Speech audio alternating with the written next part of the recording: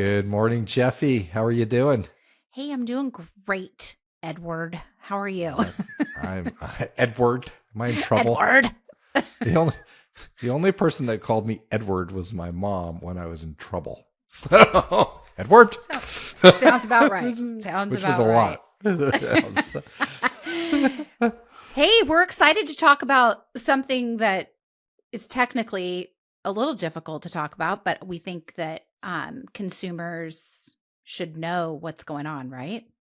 Absolutely, and it's all about 2024. What are we calling this one? Sell it like it's a hot cake. Sell it like it's a hot cake, buddy. Sell it. That's right. And it's because of what's going on with interest rates and the Fed. And so we're going to talk Mhm. a little bit about that. But maybe before we get into it, why is this important to buyers, Jeff? Well, there's so many reasons, and we're going to go into a few of those as we roll down this pod. But the biggest thing is your competition as a buyer is about to explode because once interest rates go down, the buying pool grows. And right now you might be one of 10 to 20. Wait until you're one of 50. And it's bumping these prices up super, super high. So we'll go into that a little bit more in depth, but I believe that's why it's most important. What about you? Yeah, I agree with that. There's a buyer tsunami coming. That's Yeah. definitely true. So we can see it. The ocean Yeah. may be a little flat now, but it's coming. I think for sellers, why it's important Mm-hmm. is that it's a little counterintuitive, but when rates start coming down, and they will, there's going to be more competition. There's going to be more homes on the market. Yeah. Because a lot of folks have the golden handcuffs right now. We're going to talk about it where they're locked into their rate, and so the timing's actually pretty darn good to put your home on the market in 2024. I would 100% agree. So, do you want to do some techie talk right now, or do you want me to give you Yeah, an idea of Katie, my beautiful buyer? let's do a little techie talk Okay, I think just on that's good. what's going on with rates Ticky and tacky, why techie talk. ticky talky techie talk. And so, you know, the thing we got to remember is like rates were cruising along sub Mm-hmm. 5. We were rolling along, and then we Yeah. had this thing called, oh, I don't know, the pandemic, and it like artificially drove rates down. And I'm playing with my Right. hands here for those watching. Drove rates down sub 3, easy you. And so I drove rates down sub 3, which was an artificial low because they had to. And then the Fed realized that they had to hit the brakes. And it kind of reminded me when I taught my son Sam how to drive. Like Mm, he was a little hesitant, and so I took him to the high school parking lot and I said, okay, I want you to floor it and then slam on the brakes. So we're rolling down, and then I just said, now just slam on the brakes as hard as you can. And we skid across the parking lot. And I said, well, that's about as bad as it gets, and we had yeah. a laugh about it. And that's what the Fed did to interest rates. They slammed on the brakes Yeah. and drove them from like sub 3 to 8 in a very, very short period of time. Which is very scary to the consumer. Like what's happening here? Are we going to go up to 18? Like, where are they going to stop? Because it went so fast, people got really, really nervous, and that caused a lack of inventory. That's right. Yeah. So people were locked in. People had these, sellers had these low rates. They didn't, their life is moving on. Families are growing. Things are happening, and they don't want to move because they're in this low rate and they're at 8. And then certain buyers just get priced out. And so Mhm. last year we saw across the board transactions drop about 25%, the lowest level since 1993, Wow. when the population was 30% less than it is now. So like a major correction in activity and people seeking Right. shelter, right? Yes. And so that created all this, pain in the industry. Mhm. Meanwhile, prices still went up. So that's kind of crazy, but that's another thing. Whole nother But story. whole nother story. But what's happening now is we're poised for rates to start coming down. Okay, so basically, at this point, buyers should be aware that the Fed is talking about cutting rates that may lead to lower mortgage interest rates. Right. So Okay. what's happening, and a kind of a little bit of primer here, Mm-hmm. is that interest rates, 30-year mortgage interest rates aren't directly tied to the Fed cut, but they're correlated, because when Right. that rate comes down, the Right. indices that they are tied to go down. And so it kind of lags. Yeah. But that's all the analysts are saying. By June, plus or minus a month, rates Mm-hmm. are they're going to start cutting their rates, Right. and they're going to come down. And that's going to have effects for buyers and sellers. And I think that's what we want to kind of dive into. Let's talk about that. So I'm going to start with the buy side. Please do. Okay. Great buyers right now that are just kind of like hanging on, and they've been hanging on waiting for interest rates to go down. But what's happened, and we touched on this just a little bit, is that housing prices are not going down, they're going up. So all these beautiful buyers that I have that are waiting are now getting close to being priced out of the market. Mm. So yeah, it pains me. It pains me to watch this unfolding, because I basically am giving advice to someone on a hunch and a prayer, but also analytics, but not for sure, that you should buy now because interest rates are going to go down and prices are going to go even higher and your competition is going to be even more. And the bottom line is, if you thought you could afford a house and now you can't, you need to buy a condo. Not because I want you to suffer, but because I need you to get into the market, because then that property will grow in equity and value. And then you'll be able to not only refi and have a better rate or sell it and buy up. You got to get in the market. Stop waiting. That is such good advice. And I've been talking to other agents about and buyers. It's like, hey, get in the game. Yeah. Points on the board. It might not be, a home run for you. It might not be the 3-point shot, you can make, but let's get a layup. Let's just get in. Yeah. Because the market's going to move away from you and you're going to have an opportunity to refi it.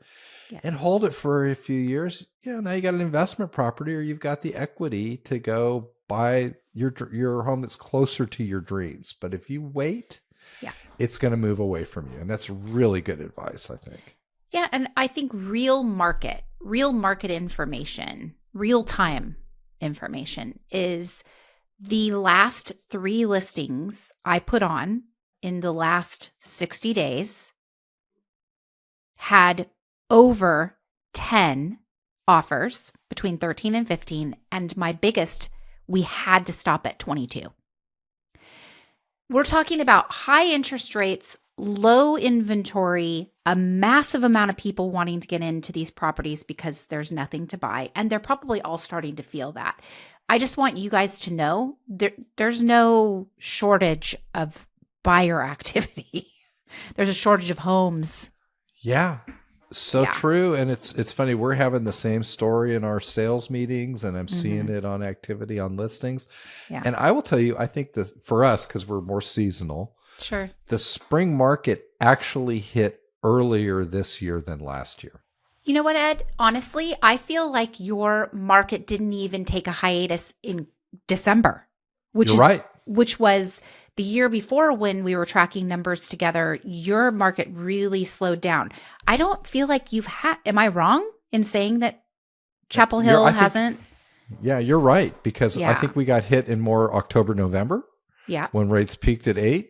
And, and then when they came down a full point, and it started really in December. That's, it's like, here we go again. And it ramped up. This is interesting too, because normally in San Diego, my market is about 3 months ahead of you.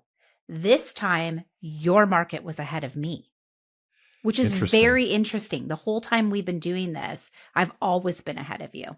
And this time I'm not. And, we're rambling here a little bit, but I think it makes a good point, is that historically, when we have kind of market corrections and fluctuations, we will go in later and come out earlier. And Yeah, I think that's kind of what's happening now because we're busy and talking to other agents around the country. I think some of them are lagging behind that. a little bit. But a really good point. So real quick, another buyer story and kind of real world action on this. Yeah. Working with a buyer on new construction, and there's a significant credit being offered by the builder that you could take as, towards, your loan, or if you want to buy down your rate, or you could take it in upgrades. Mm-hmm. And I was talking with my client and I said, look, let's not buy that rate down. Let's have them pay closing costs because that's dollars today. But then let's go for things, upgrades and things you're going to be spending money on today because you're going to be refining this loan in 18 months. Yeah. So don't play that game. So that's kind of a real world example for buyers. I'm like, hey, they're offering these things now. Take them and take them in today's dollars. Don't buy that rate down. Yeah. Use them for other things that will help you gain equity. Hey, Yeah. switching over to sellers, because this information is equally as important to the seller as well. And I know you had recently a listing that just came on where you have had this conversation. I would love to hear how that conversation went. Love to share it. And this is, and it's super important for sellers. And I know we're going to dig a little deeper on that, but here's a real world example. Mm-hmm. So getting ready to put really nice property on the market. Yep.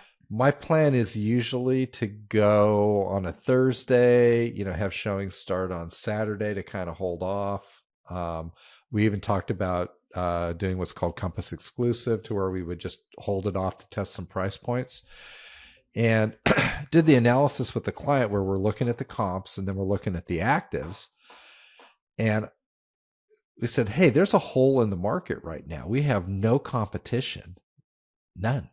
And if we look at this price point, which is on the higher end of our market, two have sold in the last 24 hours. So anybody that's out there looking, they're probably frustrated. Mm-hmm. We need to go now. And so we had that discussion and the pros and cons, and we flipped the switch on a Wednesday, which is atypical for us.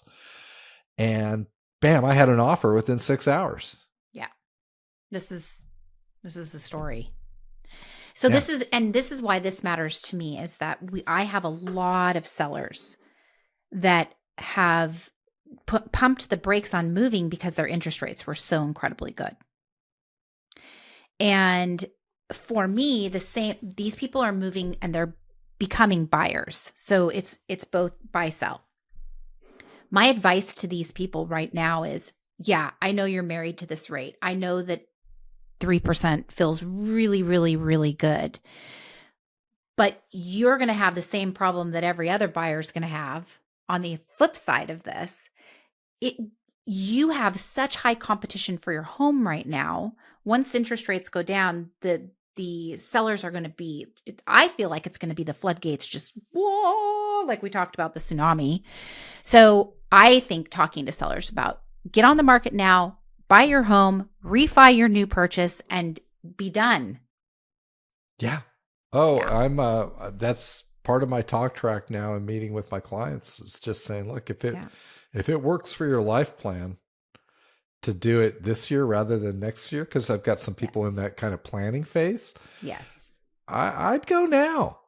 I mean, and the other piece of this that people don't really talk about, governments are kind of waking up to this. I don't know if they are in San Diego, but in Chapel Hill, they've changed some zoning to allow smaller dwellings. They're expanding. They're allowing subdivisions that they would never have allowed are now getting approved. They're expanding. We have something called the rural buffer, and they're expanding the sewer lines out into that area to bring on more inventory. So they're kind of waking up and saying, hey, we don't have places to house our people. Yes. And it's becoming way too expensive. We need to loosen the reins a little bit. And I can't go for a walk. What's going on in your area? Well, I can't go for a walk in my area without seeing somebody building an ADU of some kind. I mean, easily on a 5-mile walk, I've seen 6 within that 5 miles. Yeah, either they're at the very beginning, they're at the middle, or or they're just finishing up. We had a ton of zoning changes in the last 24 months. Yeah, same here. They've changed that to allow for duplexes, quadplexes, to try and loosen this inclusionary zoning, essentially. So it's coming, and that's going to change the mix. I met with a client yesterday on a kind of a long-term sale situation, and we were talking about this very thing. It's like, this sewer line's coming right down your area. It's going to change things. That might work for you, that might not, but you need to be aware of it because it's going to change the density, so. That was a really good job being on top of it as an agent, mister. Well, thank you. You're Thank welcome. you very much. Thank you All very right. much. Let's Should we wrap put a this bow up. on this? Let's put a bow on this. Okay. It. Action items.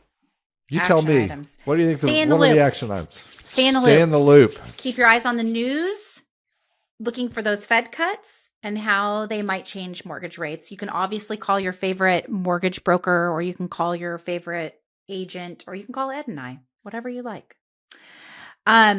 Weigh out your options. This is a really big one. We talked about it a lot, but think about how lower mortgage rates and more homes on the market could impact you. Is it a positive? Is it a negative? It's really case by case, wouldn't you say? Yeah, I think you really have to weigh it out and look at the old, what I call the Ben Franklin, is like, where are you headed, and pros and cons, and what do you want to do? Yeah. I just, when you look at the data and what's going to happen, sellers will have more competition for a number of reasons. We talked about those today. Buyers, you're going to have more options, but you're going to have more competition too. Yeah. So it's going to be an interesting situation. So when you find the right house, buy the right house. That's right. Yeah. Timing can't be perfect, right? I have people go, I want to sell at the top of the market. I'm like, okay, which market? Like, we have so many. Yeah. What top are we talking about? But this is I'd say the biggest call to action that I could give to anybody listening to this: call your trusted advisor and start talking about it. Because like I said earlier, every situation is different. And to be able to really fit you into your proper niche and figure out what is best for you, that's the most important thing. I couldn't have said that any better myself. Mic drop. Bam. All right, y'all. We will see you later. And thanks so much for listening, and give us those thumbs ups and shouts outs and whatever you want to do. Talk to you soon.